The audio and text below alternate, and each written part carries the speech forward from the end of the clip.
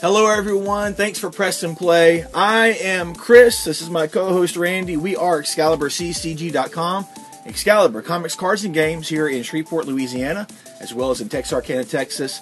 You can always find out what's going on with us by visiting our Facebook page, visiting our website.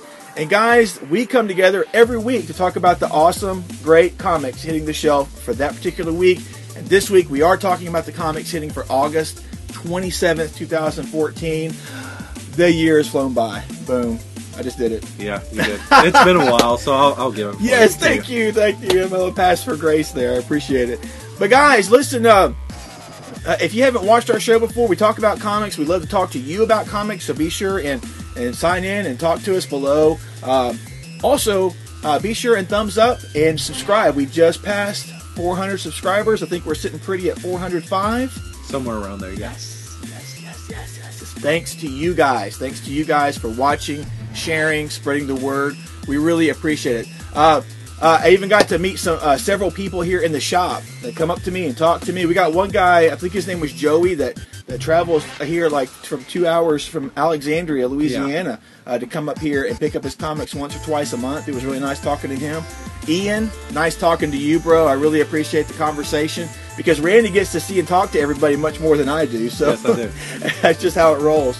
But guys, thanks for watching. We got a couple of things we're going to talk about here at the beginning. First off is Arklatex Comic-Con. Yes. That's the end of this month. This last week and the last Saturday and Sunday. 30th and 31st. 30th and 31st. And guys, if you want to go to a con, this will be a smaller con, but there's still a lot of people that show up for it. Our Texarkana store is going to have a booth there, if I'm not mistaken. So there will be a presence from Excalibur there, but there's going to be everything there. You can go to arklatexcomiccon.org to find out more information about the guests, games, anime, manga, comics, everything that'll be there and be involved there. So make plans to do that and have a great time while you're there. If you do go, if any of our viewers do go, drop us a little, tell us something about it. If you do, we'd like to know if you're there or not. And actually, we should say that as of this video, the next time we'll talk to you, it will have passed. Yes. So it's this upcoming weekend that's going to be happening. Yeah. So guys, arklatexcomiccon.org. Yes. Just a little brief story. Share some information with you, some excitement with you. Yesterday, I got to go with the owner of the Shreveport store, Chris, as well as Chase, who works at our Texarkana store, and we got to go to the DC Retailer Summit in Dallas. Which involved Bob Wayne and Batman editor Mark Doyle and direct sales gentleman, his name's Stewart. I didn't get his full name, but they were all. It was really cool. Is that German? Stewart? No, I didn't get his full name. I didn't get his full name as German. Yeah. Okay. That's Stewart, strange last name. Okay. Scandinavian. It was pretty cool. We thank you, Dallas traffic. We were like 10 minutes late or so, but it was really cool showing up. A lot of the stuff that they were announcing. I told them to go earlier. I know. Just in case that happened. They didn't listen. We ended up stopping and getting something to eat. I know. I took all that into account, but you guys didn't. Yeah, well, that's how it was okay. They had a lot of stuff that they were showing with the presentation, PowerPoint presentation. A lot of stuff that you've all seen and the stuff that I've already shared and talked about on our site or on our Facebook pages. But it was really cool because we got to do an open Q&A, ask a lot of questions about what's going on. I got to ask about, hey, what the heck is going on with Lee Bermejo's Suiciders Vertigo series that we talked about last year. Yeah. And because we haven't heard anything else about it. Nothing. I was like, but Mark Doyle was there and he was like, it's coming. It's coming and it looks awesome. So I believe it looks awesome. I was like, I want to see it in my hands. But they had the big like portfolio cases, portfolio of upcoming books. Yeah. So where you can see it like with the art, with like regular full size pages. Sure. And I'm telling you, that Multiversity Pax Americana. Yeah. With Morrison and Frank Quitely. Yeah, Chris was telling us or telling me that was just beautiful Frank Quitely art. It was the first 4 pages was just mind blowing, and to see it in that larger scale too, you can really see more of the detail. Yeah. And to see how much Okay, honestly, he quietly uses a ton of white space. Because these are just black and white pages. There was a ton of space. You know, a lot of people get beat up on for their open backgrounds, but quietly I guess I really haven't noticed it as much. But when I saw those actual pages, I was like, okay, but man, it was awesome. The artwork. So it's very anti-Liefeld and Cassidy and some of those people that tend to just blank the background. It was very similar to that. Oh, it's very similar to that. Oh, okay. With like a lot of the panels having just one element to focus on. You know, one action, one something happening in that panel, and the rest of the panel just white, just nothing in the background. We'll see what's going on there. Yeah, open backgrounds, and then they had preview pages of the Multiversity Thunderworld, which is Cameron Stewart, and them doing a story with Captain Marvel, Shazam, and all that jazz, and then the next one coming out, I think, with the Society of something. It had Chris Sprouse artwork. Those look great too. And I cornered Mark Doyle because they announced that Gotham by Midnight. Yeah. And that's the new one by Ray Fawkes and Ben Templesmith. Right. And I said, Mark, let's be honest. How many consecutive issues of artwork are we going to get from Ben Templesmith on this series? And he said, you'll have to wait and see. Oh, no. Yes, he did. He said, but let me tell you this. He said, what Ben Templesmith is turning in is amazing, and he is super excited to be working on this book. Okay, cool. Because it's going to be like a Gotham horror book. Yeah. Well, I'm excited about that. I'm hoping there's not a lot of Batman in it. I'm hoping it's a lot more focus on Gotham itself, because Gotham has some great characters in there. One of the best series that DC has ever done about Gotham has been Gotham Central. Yeah. That really was not about Batman. I mean, he'd appear here and there, but the other characters, it proved, could hold a story and maintain this consistently. Exactly. So I'm hoping that we have similar outcomes with this book as well. Yeah. And just to wrap up this little segment, that people were asking if there were going to be comic books as tie-ins to some of the new, because there's like 5 TV series hitting this fall between Arrow, Flash, Constantine, Gotham. So there's going to be like a Flash on digital first series, and then there's supposed to be another follow up to the Arrow digital first. Yeah, those are already in these October previews. Yeah, so those that are interested can follow up with that. Nothing for Constantine that I remember.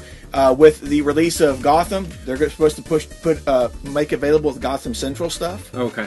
To kind of push with that. Okay. Let me just make a little announcement here for Chris's sake. If you want to be on time for work, we're going to have to move on to the next little bit. I am. I'm talking. He's excited. We can tell. Guys, I'll make another real quick announcement. There's been no release date for it yet, but praise the Lord above. There is going to be a pop vinyl of Dancing Groot. Yes. So that's awesome. Hopefully Brad can find it, put the picture up here for you guys to see. I'm super excited. We've had like a dozen people already going, I want that. So hopefully it's enough to, they've made enough or will make enough that everybody can get one. It's going to be awesome. So guys, tons of exciting stuff coming up. Keep asking in the comments. He can keep talking to you, telling you more. Moving on, guys, we got some storylines to cover this week, mainly from Marvel. Yeah, pretty much so. We have a very light week here because they're spreading things out for the 5th week as well. Okay. The big thing, Original Sin. The one I am most excited about is Guardians of the Galaxy number 18. Why? Because this is a story I've been waiting for and other people have been waiting for. It is finally here. We get the answers as to how Thanos and Star-Lord escaped the Cancerverse and just what happened to the Nova Corps member, Richard Rider. Okay. So we're going to get to find that out finally. So now we just need the Magneto explanation with some things there. I've been shooting this one around going, what is up with this? So we get it. Tell us what else. Hey, Original Sin number 5.4. This is the final issue of that side miniseries going along with Original Sin. Thor, Loki, Angela, Will the siblings kill each other? Hopefully not, but we will see what damage is done with this final chapter of that miniseries. Yes, and finally we have Avengers number 34. The first Avenger meets the last Avenger. Yes. We'll see exactly just what that is, and Avengers World crumbles. Yes. So we've got a couple of exciting things going on there. We'll figure out just what the heck Jonathan Hickman has in store. I know, dude, because it's been crazy. It's been cool. Yeah. Last up for the storylines that I have is Wolverine number 12. This is a double-sized final issue for the series, and once this wraps up, if I'm not mistaken, we're going into all the Legacy of Logan stuff. Well, we have the Death of Wolverine weekly series that McNiven will be drawing first in September, and then October is all the Legacy stuff. There we go. I got jumped ahead too far. But guys, if you've been reading, you know what's going on, but now we're wrapping it up, kind of back where it all started for Wolverine, back into a mall with Sabretooth still messing with him. Yeah. And we will see the conclusion and launch forward from here into the death of, and then the legacy of, starting with this issue. So that's it. And just so you guys don't think we're forgetting DC Comics here, here are your selfie covers that you guys can find on shelves this week. You have Aquaman, number 34, Batman 66, number 14, Catwoman, number 34, The Flash, number 34, Harley Quinn, number 10. And by the way, Harley Quinn seems like it's coming out every other week now. I don't know what the deal is with that. And we also have Justice League Dark, number 34, and Superman, number 34. Those will be your selfie covers of this week. Real quick aside, at the summit, they did talk about the variant covers. Yes. And each month, they're going to be doing that for the foreseeable future. Yeah. So we got October, we got the Halloween-themed covers. November, we got the Lego covers, and they haven't announced what it's going to be for December yet. And that's just to give you guys more access to these covers, because everybody likes the variant covers. Yep. Here you have it. Every now and then you'll see some of the big books will still have a variant cover that's a one out of however many that you can pick up. But this allows you to get a cover, possibly choose a cover, or have both for the cover price. Be very cool.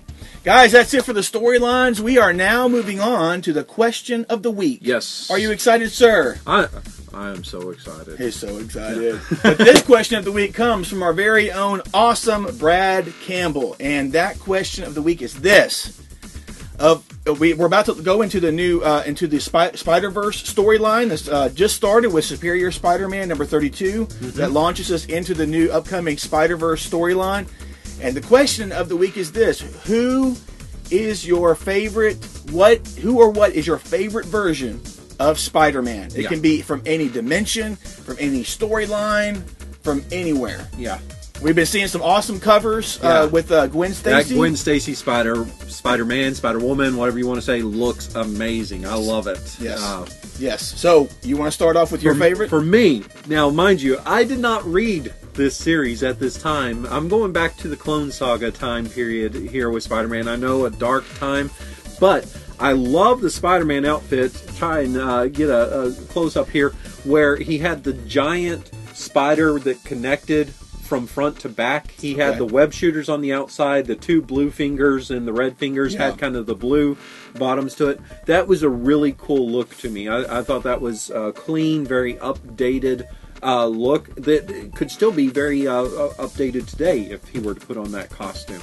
If you want to go like another dimension or a different Spider-Man, I never read it, but I always liked the look of the Spider-Man 2099. I thought that was a really cool look. I thought that was a good way of them to do that webbing without having it look real silly underneath the armpit. I never liked the armpit webbing. So, but yeah, it's the Clone Saga. It's not the silly hoodie. It's they put him in right after the hoodie. Okay, that is what I liked. That was the coolest outfit. What about you? For me, because it was the first time in years that I had actually purchased and bought Spider-Man. Superior Spider-Man was my favorite version. Yeah, I totally dug Superior Spider-Man, and I mean, this is the new Amazing Spider-Man that's launched now has been okay, but we're going back to Peter Parker and a lot of the same issues and same problems, and we haven't advanced far enough in the story for it to differentiate itself from whatever happened before Superior Spider-Man for me. Yeah. So I really dug Superior Spider-Man. I like that. I like the look. I like the costume. I like the ideas behind what Doc Ock was trying to do in most cases. It wasn't perfect. I'm not going to say that, but I think that my favorite version of Spider-Man was Doc Ock Spidey, Superior Spider-Man. Okay. So that's it for me, guys. Controversy or not. But hey, log in. Tell us below what version of Spider-Man has been your favorite. We want to know whether it's a Spider-Man or Spider-Woman or Spider-Girl. They're all out there. Tell us about it and let us know in the comments below. Folks, now it's time for our new number ones that are hitting this week. We have several of them. Yes. I'm going to start off with Image Comics. Okay. Wayward, number 1. Yeah. Jim Zub. The white hot Jim Zub right now. Seriously, man. Yeah. He's everywhere. He is. And Steve Cummings, artist for this new Image ongoing series that promises us that it is a new Buffy the Vampire Slayer for a new generation. But we're taking a look at Rory Lane, who has reunited with her mother in Japan, and while she has moved there, she is sensing things different about herself and different about where she is in her surroundings. And that is going to be revealed what that connection is. And we're looking at a series that they like to say combines the camaraderie and emotion of Buffy, the Vampire Slayer, with the action and mystery of Hellboy, which sounds like a pretty cool combination to me. Yeah. The artwork looks fantastic. Jim Zub is white hot, like Randy's been talking about, and I'm checking out this new Image series from them because I want to see where this goes. Yeah, definitely.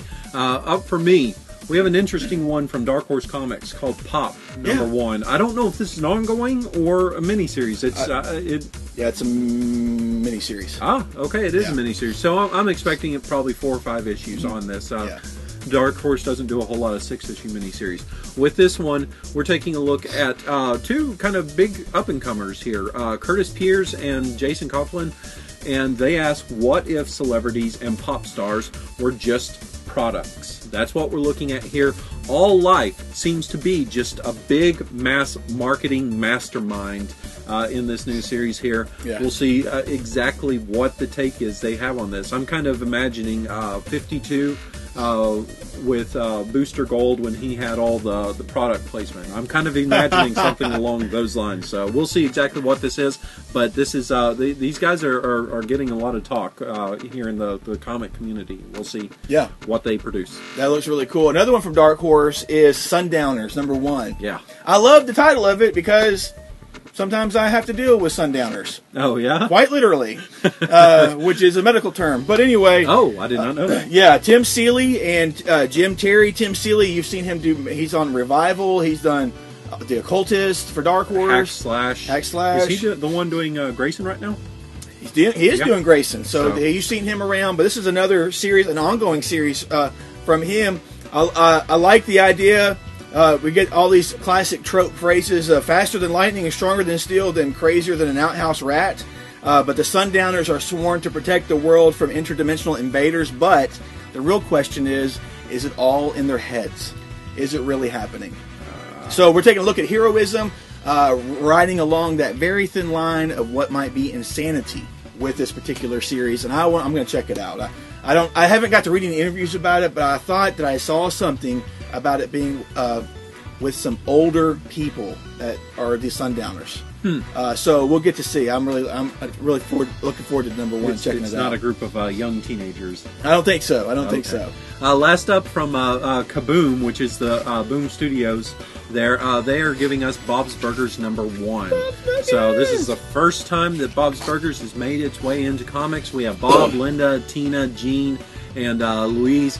They are all going to be starring in their own comic book, and this is going to be a little book where they have mini stories throughout that focus on the different characters from the hit Fox TV show. So, if you like Bob's Burgers, you can now get it in the smaller, condensed, comic book form. That's awesome. Enjoy, guys. Enjoy indeed. That's it for the number 1s that we got. There may have been another 1 or 2 sparse here and there, but really these are the ones that you should be checking out. Moving on, though, our favorites. Yes. Our favorites. these are the comics that we personally buy and read, and we are usually at the top of our stack the week they come out.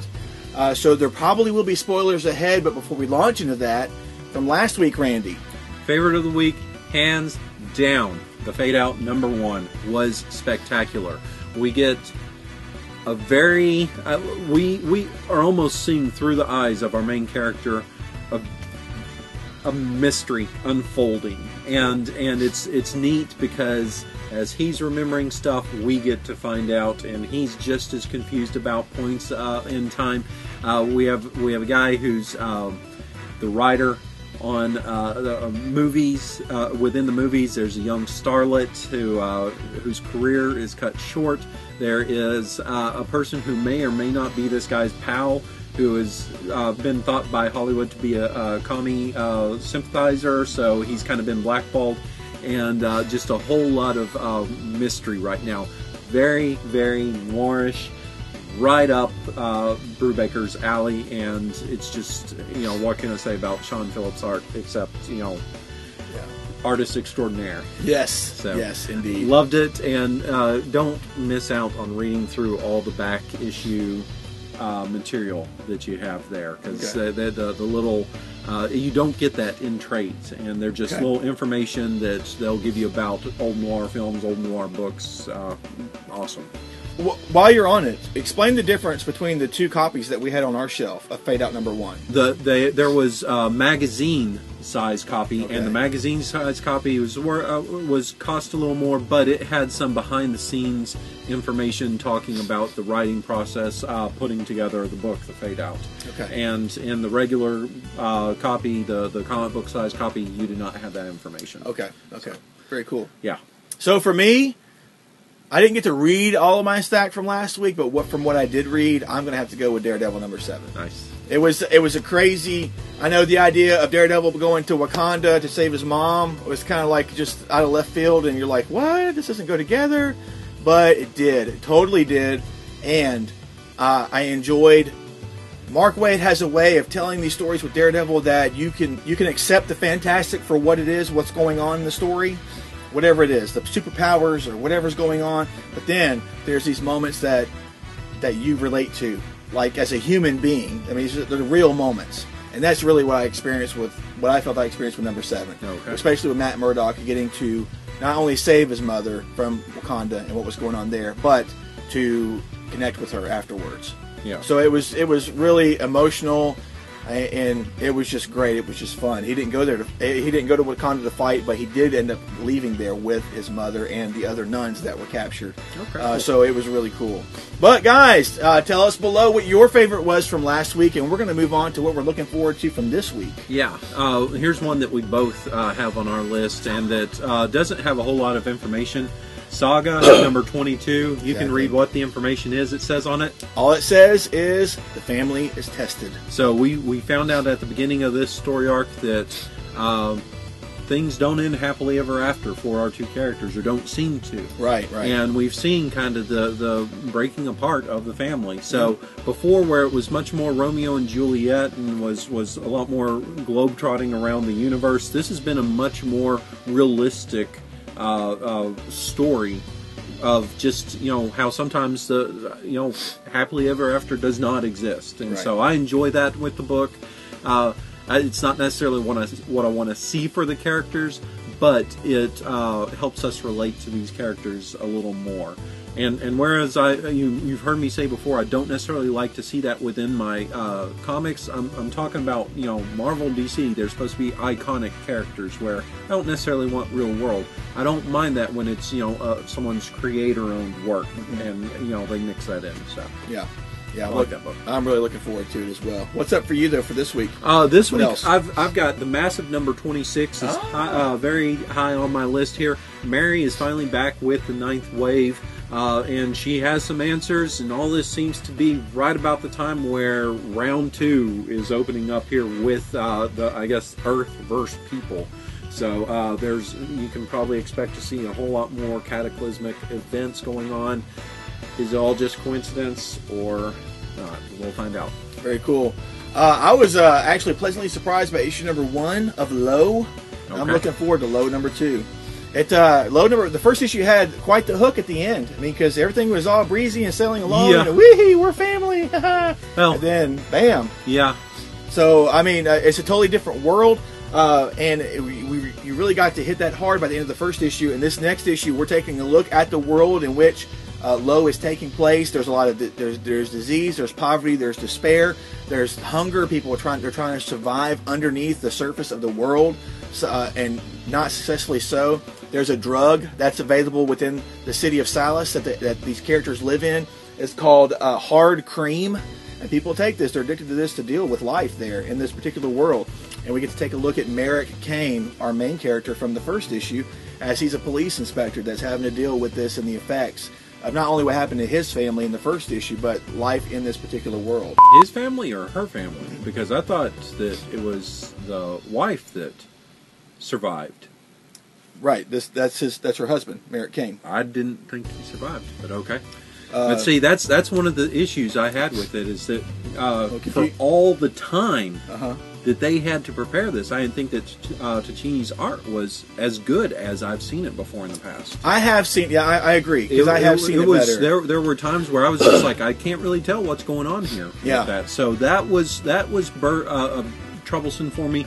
You know, on top of like the heavy talking that really wasn't, I don't think, necessarily important talking for the situation. Right. It was, it was like that. So the first issue did not really go over that well for me, but it's not, you know, I'll still try the second one to see, okay, are we going to get started here? Right. Because I have faith in Remender and Ticini, because I love the last days of American Crime. So right. We'll see. And I'm willing to give them some more time too, because Black Science didn't start off that strong for me either. Right. And I'm still with Black Science now, so I'm looking forward to it. But I do understand what you're saying, because in some ways it kind of reminded me of looking at an issue drawn by Chris Pacello. Yeah. Because sometimes he does that really kinetic, frenetic style. And let me stop, look here, focus on this, you know, spend too much time trying to figure out what's going on. Exactly.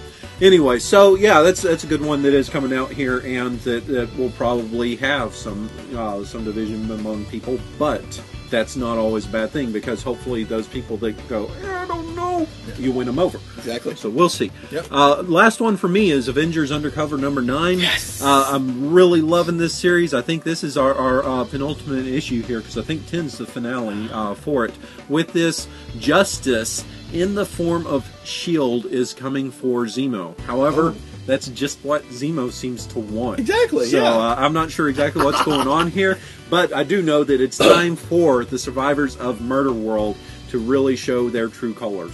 What side are they really on? Exactly. There? So we'll figure that out, but man, this is going to go out with a bang. I hope that, you know, some of these characters come out of there still heroic.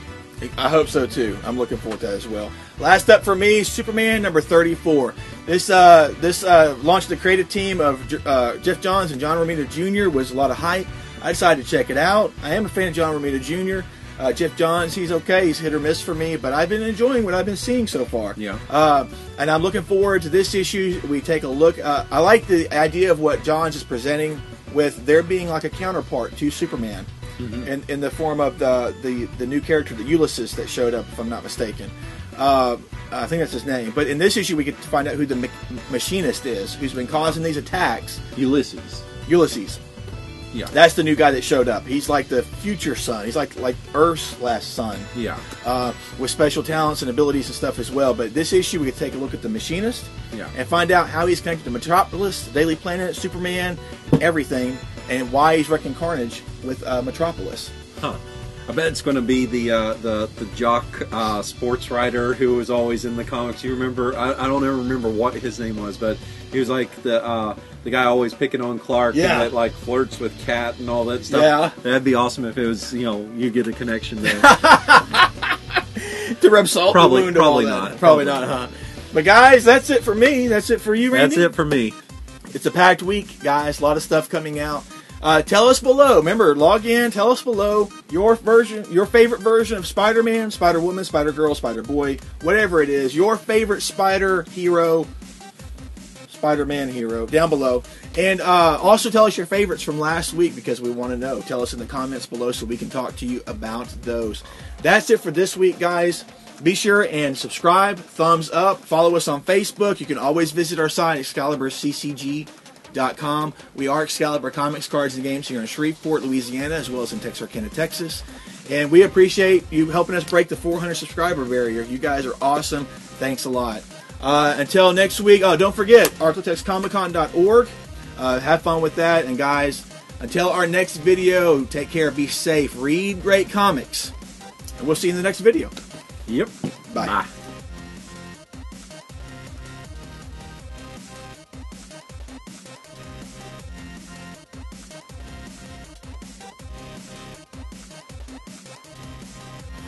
You know what I don't like? The costume I wish they would update is Spider-Woman's, because I don't like that it has like the arrow pointing like right to her hoo-hoo.